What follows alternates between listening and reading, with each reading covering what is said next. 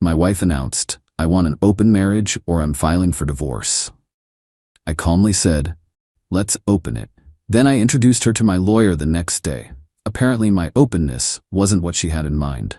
Her backpedaling was spectacular. I, 48 male, have been married to Denise, 45, for 22 years. 2 kids in college, nice suburban house, the whole American dream package. Or so I thought until last Thursday night. We were sitting on the patio after dinner, having wine. She'd been acting weird for weeks, new wardrobe, constantly on her phone, sudden interest in self-care retreats. Should have seen it coming. "Robert, we need to talk about our marriage." "Okay, what about it?" "I feel like we've become roommates. I need passion, excitement. I need to feel alive again." "So, therapy? A vacation?" "No, I want an open marriage." I literally choked on my wine. "Excuse me? I've been reading about it, ethical non-monogamy. It could save us. We stay married but explore connections with other people." "Me? And if I say no?"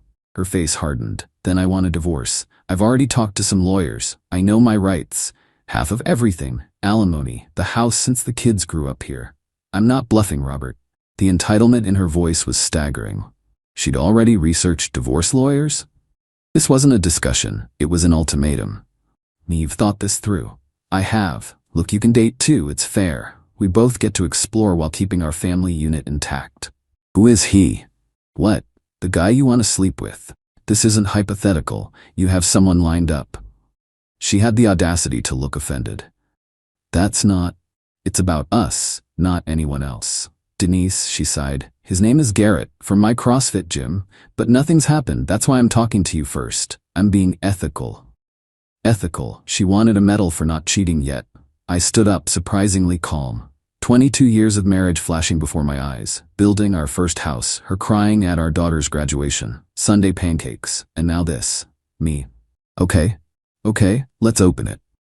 Her face lit up. "Really? Oh, Robert, I knew you'd understand. We can set boundaries, rules. Meet no rules, wide open, starting tomorrow." She blinked, surprised but pleased.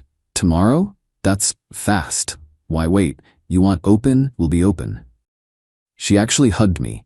"You won't regret this. It'll make us stronger." I didn't hug back, just said I was tired and went to bed in the guest room. She was too excited to notice the coldness in my voice.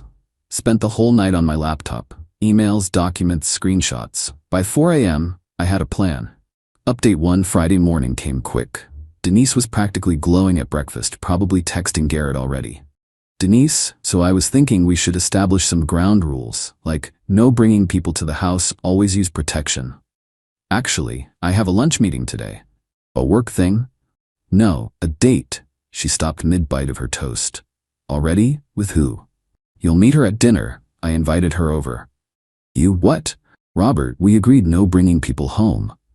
"No, you suggested that 5 seconds ago. I said no rules, remember? Wide open." Her jaw tightened. "Fine, who is she?" "Me, you'll see. 7 o'clock. Left her sputtering and drove to my actual destination, my brother Alan's law firm. Not for divorce papers, for something better. Alan specializes in family law, but also does contracts. We spent 3 hours drafting an absolutely bulletproof, open marriage agreement. Every detail spelled out. Both parties consent to non-monogamous relationships. All marital assets remain separate from any new relationships. No marital funds can be spent on other partners. Either party can terminate the agreement with 30 days' notice. If terminated, standard divorce proceedings apply. Both parties waive rights to claim adultery as grounds for divorce. Detailed financial disclosures required monthly. The kicker? A clause stating that whoever initiates divorce within 1 year of signing forfeits claims to alimony. Alan looked at me over his glasses. "This is brutal, Rob." Me. "She wanted to play. Let's establish the rules properly." That evening, Denise was a nervous wreck. She'd changed outfits 3 times, cleaned obsessively.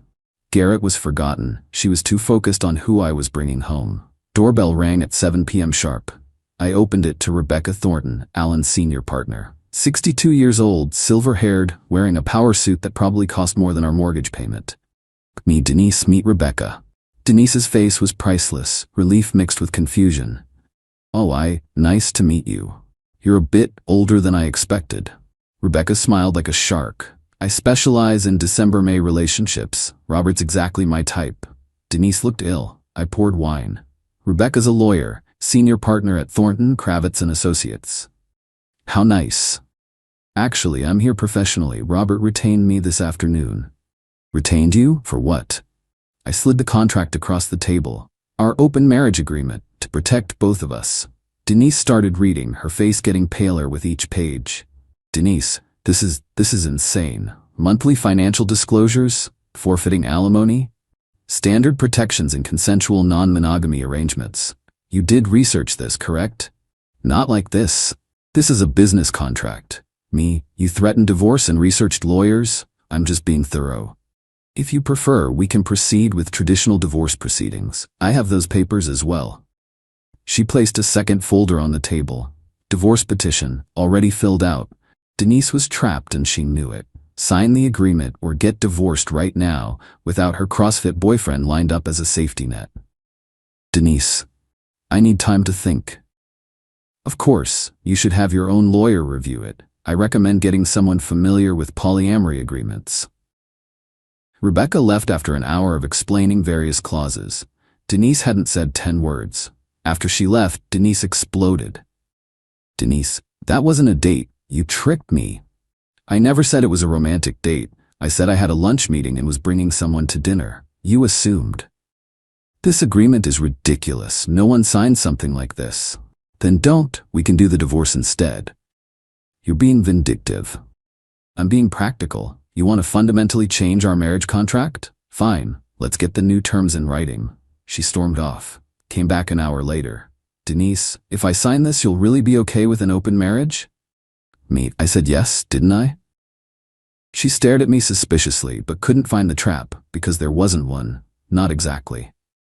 Update 2. Weekend was tense. Denise took the agreement to a lawyer friend who told her it was aggressively favorable to me, but legally solid. The alimony forfeiture clause especially bothered her, but her friend confirmed it would hold up. Monday morning she signed it. Thought she was calling my bluff. Denise, there, happy? Now we can move forward like adults. Perfect. I already joined a dating app. That was true. What I didn't mention was which one. See, Denise assumed I'd struggle. 48-year-old accountant, dad bod, boring with time. Robert would strike out while she lived her hot girl summer with Garrett the CrossFit instructor. But I'd done my homework. Joined a specific dating service. Established arrangements, connecting successful older men with women seeking financial support. Not sugar babies exactly, more like mutually beneficial relationships. My profile was honest, married, open relationship, financially stable, seeking companionship. The response was immediate. Dozens of messages from women 25 to 40 looking for someone to pay their student loans, cover rent, or fund their startup. Meanwhile, Denise was discovering that Garrett wasn't quite what she expected.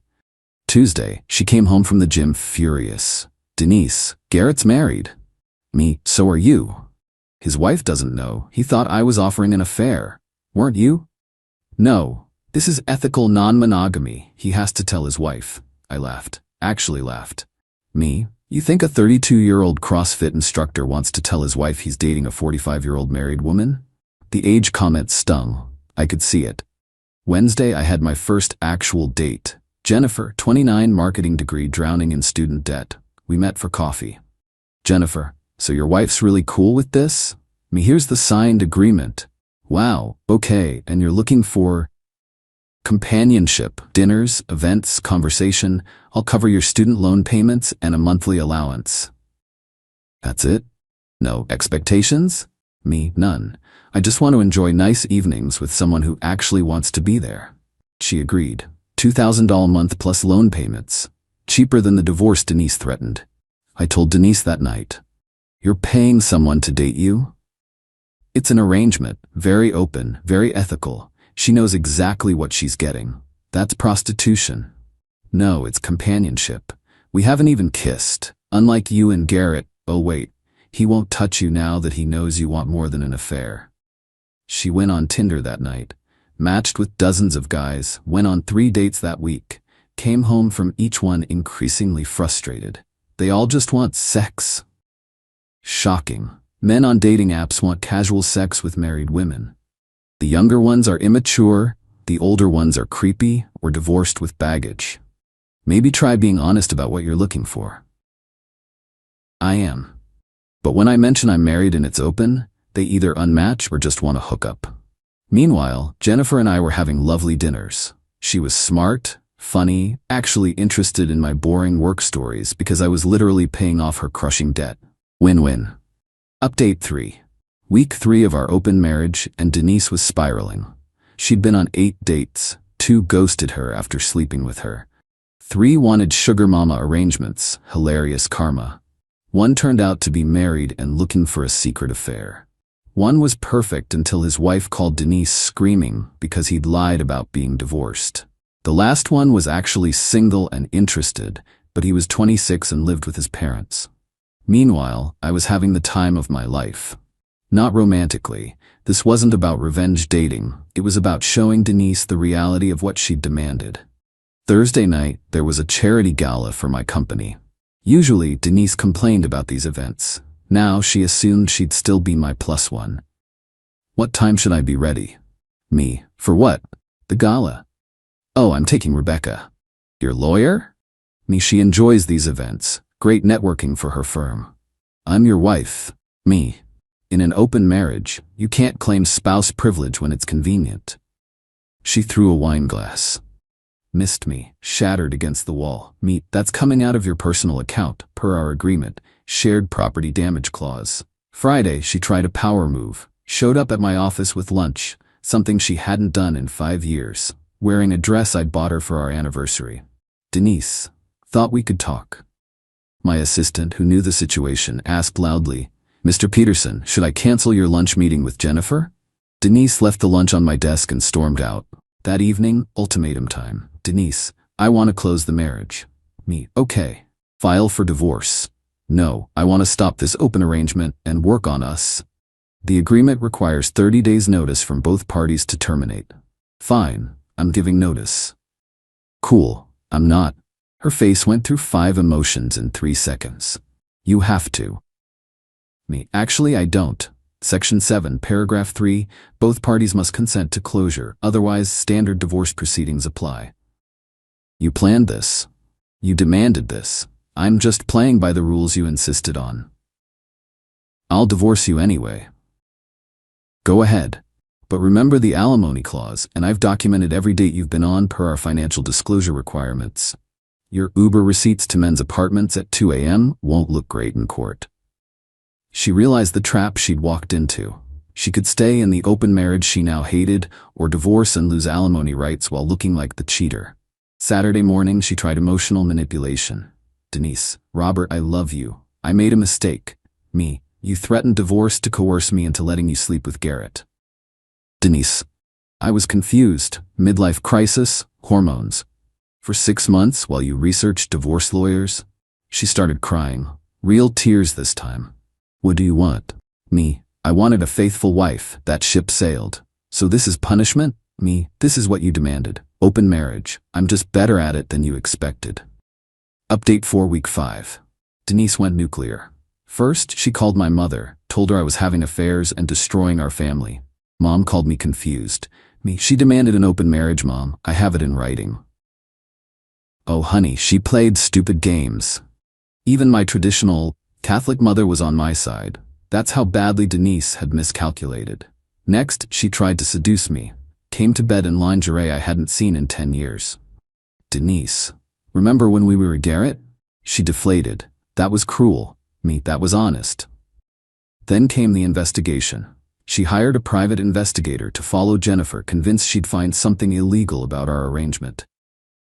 The PI found nothing because there was nothing to find, just dinners and conversation. But the PI did find something else. Garrett, her CrossFit crush, had started dating a 22-year-old gym member.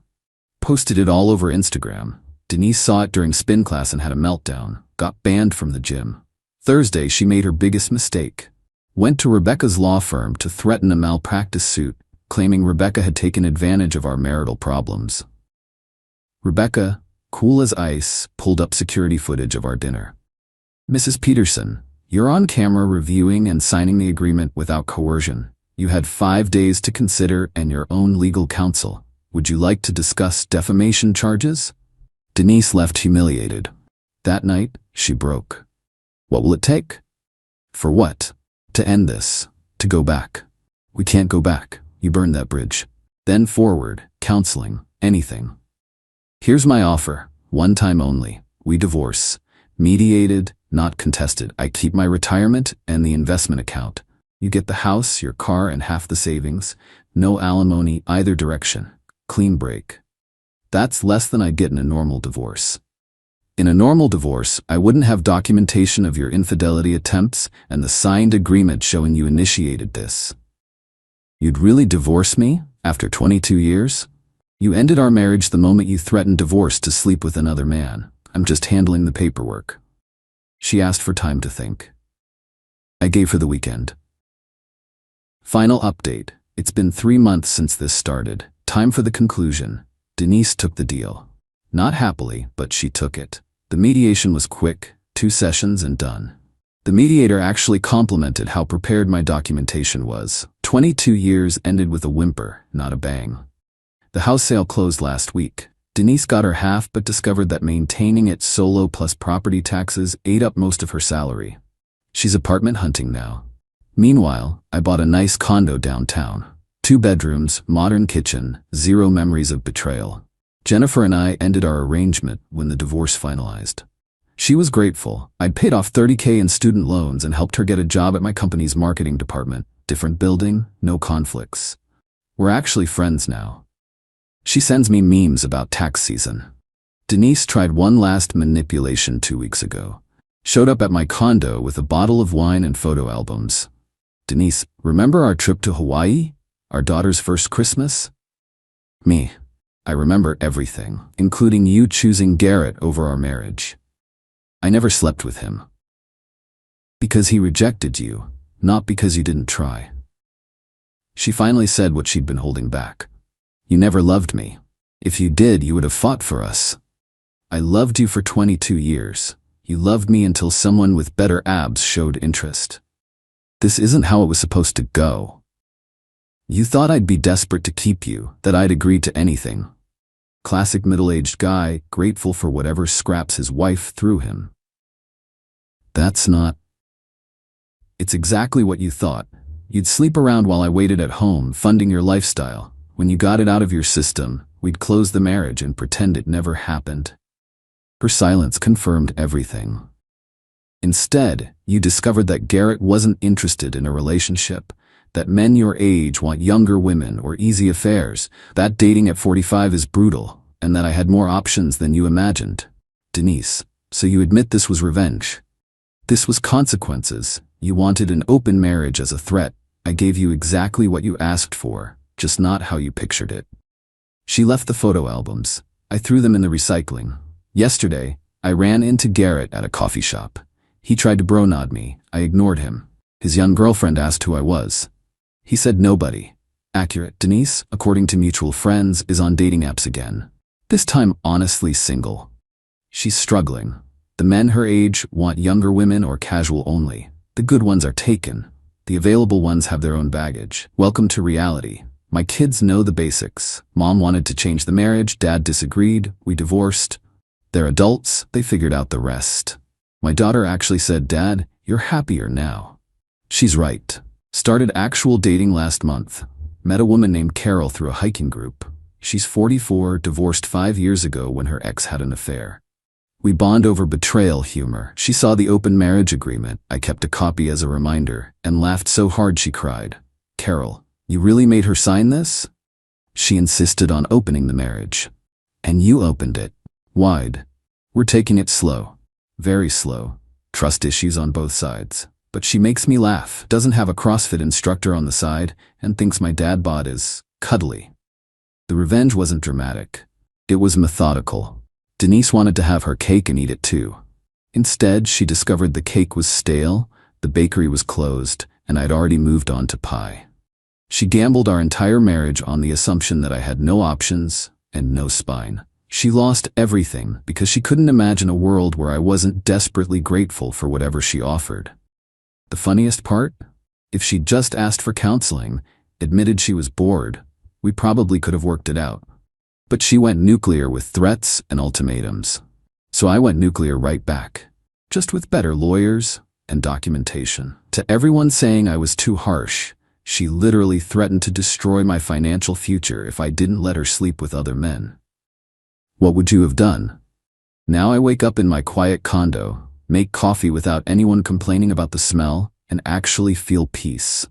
No walking on eggshells, no wondering if she's texting Garrett, no pretending everything's fine. Worth every penny of those student loan payments to Jennifer. Worth every awkward mediation session. Worth the 22 years we lost. Because the look on Denise's face when she realized she'd played herself? That memory alone keeps me warm at night. She wanted an open marriage. I gave her one. Not my fault she couldn't handle what she wished for.